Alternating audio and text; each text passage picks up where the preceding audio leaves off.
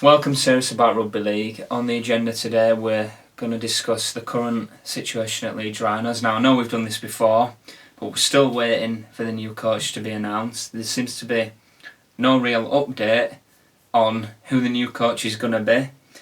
Super League sponsors Betfred informed us yesterday that they won't reopen the market on the new Rhinos boss until there's a statement from Kevin Sinfield, the director of rugby, on Richard Agar and on the coaching position. Now, that perhaps just is an example of how up in the air it is at the moment. Now, Sinfield said last week that he's been inundated with approaches, but he's 100% behind Richard Agar. He said, "This club needs a period of stability. We need to get back focusing on what's important, and that's out on the pitch." Now, Ferner was sacked. Richard Agar took over. They then suffered a shock Challenge Cup defeat to Bradford. They put in another poor display in Super League and were beaten at home by Castleford 30 points to 8.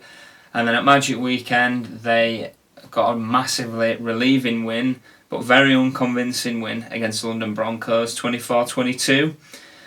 Now, I'll come to you first, Richard. What do you make of the situation? We've got a break now until Leeds next play because they're not in the Challenge Cup anymore. Do they need to appoint a coach in this period, do you feel? Or should Richard Agar be given more time? I can't speak. As the saying goes. Yeah. I don't know. I just don't get it. The worrying thing for me is we've got Kevin Sinfield saying that it's broken, it's bust, that everything's gone wrong behind the scenes. I'd love to know what. Yeah. Bearing in mind, Kevin was here up until only 3 seasons ago, isn't it? Yeah. It's only the 3rd season he's been out, and now he's come back. We chose Ferner. He was the man. He was the man for the job, ex-player, so you've got a bit of continuity. I even saw him play. I can remember him playing on that hole.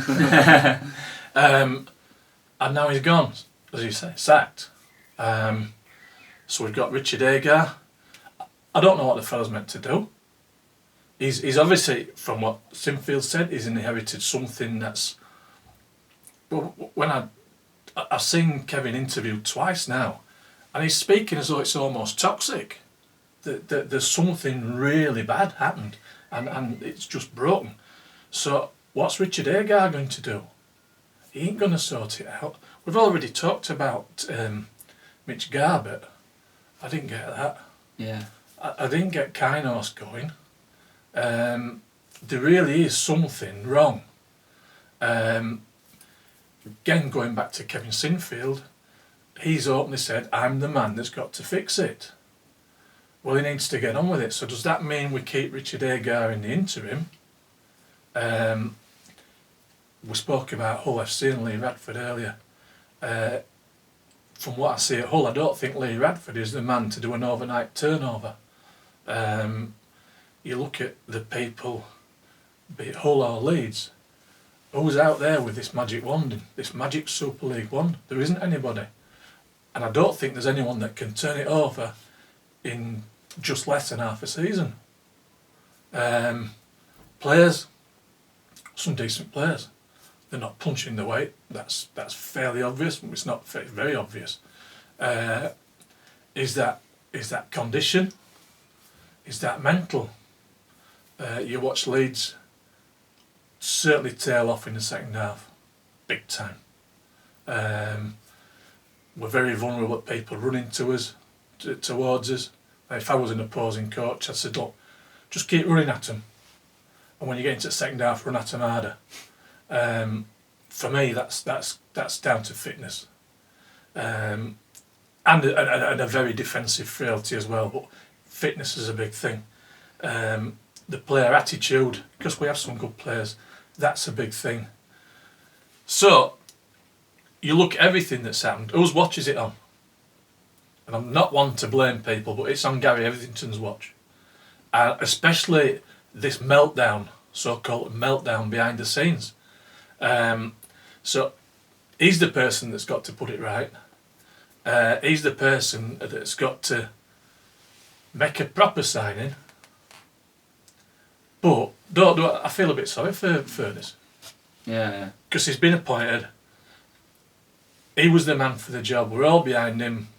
Sorry, mate, it's not changed. You're sacked. Yeah. So if I had a magic wand, Sean Wayne, he's the man for me. He's doing a little bit of Scotland at the minute with his technical training, eye development training, but he's there. He's highly respected. I went on his website the other day, and he's pushing himself as a motivational speaker. And I've read quite a few independent reviews, and apparently he's brilliant. Yeah, apparently he's really good. Now you've only got a short lifespan in that. It's a bit like bringing out a record. You've got to bring another record out before people buy it because they've got fed up with that. And you don't get a lifetime's experience in 2 minutes. So I think he's out there on the market, and I think he's the man for the job. He's in my mind the man for the job. Is he in Gary Etherington's and Kevin Sinfield's? Because they might want a yes man. And Sean Wayne is not a yes man. He's his own man, and he's very good, but he's the man for me. Yeah. I definitely agree with that. I think, first of all, Agar is not the right person for the job in the slightest. Caretaker. Exactly. I can't say I've never particularly liked him, I don't know the bloke, but I remember, I think about a year ago or so, there was a podcast in Australia, and one of the guests was Isaac John, who is the former Wakefield Trinity halfback. Yeah. And at the time, when he played for them, Agar was the coach. Oh, well, no, I think he came in as the coach one off season. And I remember John talking about how much he sort of was psychologically messed about by Agar, in the sense that he was instantly dropped from number 7 as their starting half to 25 in their squad numbers. He took that as a motivation, and had an absolutely cracking pre-season, worked his backside off to get back into the plans, and I think he'd been told I think it was in training, been playing in that scrum half role. But then when it came to actual games, friendly games and league games, he was farmed back into the reserves. If he made the odd bench appearance where he'd then come on as a hooker, and he just wasn't being given the opportunity to show his talent, and it really affected him mentally. He ended up going back to Australia, getting a release mid-season. And since then, I've sort of then had that impression of Agar that he doesn't seem like the best man manager, which I think is what some of the best coaches are.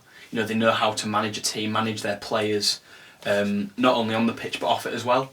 And it just doesn't seem like Agar does that as well as he could, or as other coaches could. So like you mentioned, I think Wayne is, yes, no coach has got a magic wand to win Super League or to do well, but I think Wayne has the magic wand to turn a team around. Like you said, he's a motivational speaker now. He's branded himself as that, and he's really good at it. He's a cracking technical coach. I think he's a great disciplinarian.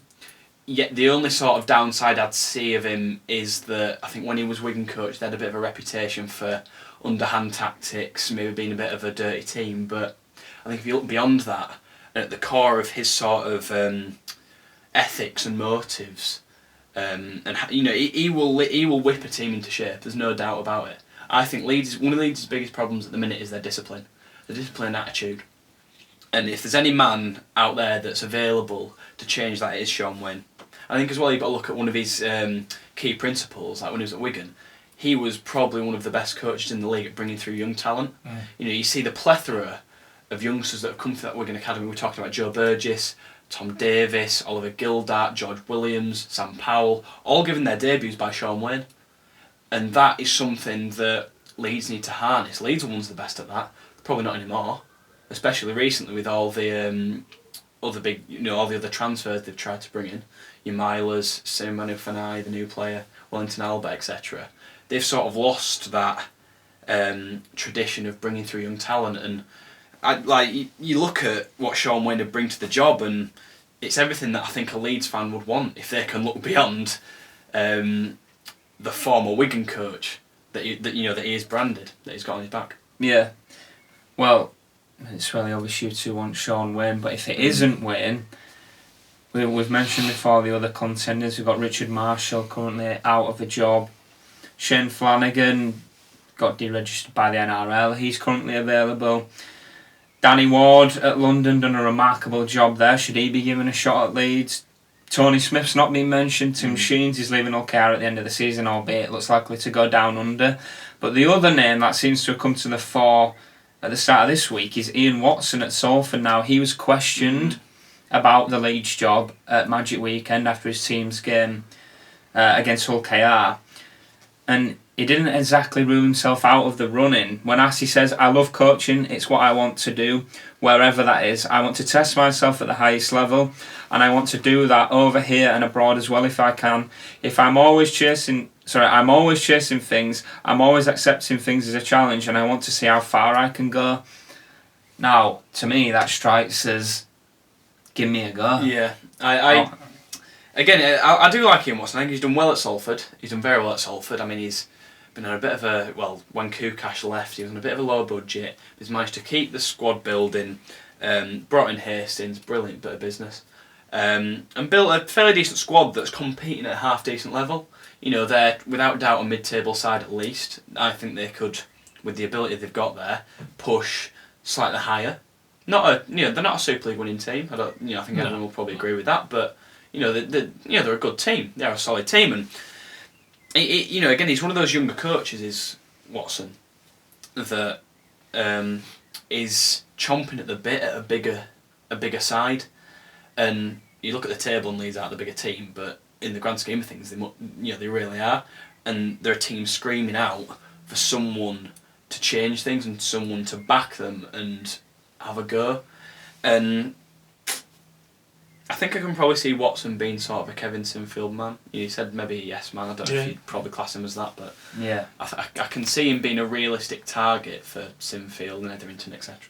Right. For me, it's like, do you go for that unproven, at the highest level, give someone a chance, or do you go for someone that's proven, that's done it? We've got Tony Smith on the list. Well liked at Leeds, successful, and actually, one or two coaches, I think, fed off out of his trough. Yeah. They ate the dinner that he'd prepared. Yeah. Over quite a long time. So, do you give someone new a chance? It's a gamble.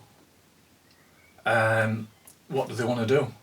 As ever with Leeds, I think it comes down to money. And I think the fans actually deserve a little bit more. I'd go for that proven candidate. I'd go for that, Tim Sheens, Tony Smith. But for me, the one out there that's available is Sean Wayne. And it's as simple as that. It's always nice to give people a chance. And like you say, I think Ian Watson is doing really well. He's getting Salford to punch under the weight.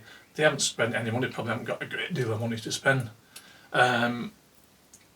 He could do a good job, but at that top level, which I think a big club like Leeds deserves, then is a gamble. Yeah. And I'd go for that proven entity. Right. Well, these two want Sean Wayne. Leeds fans, would you want Sean Wayne? He's got history with Leeds, some good, some bad. If it's not Sean Wayne, who else would you want? Let us know in the comments, and don't forget to like and subscribe.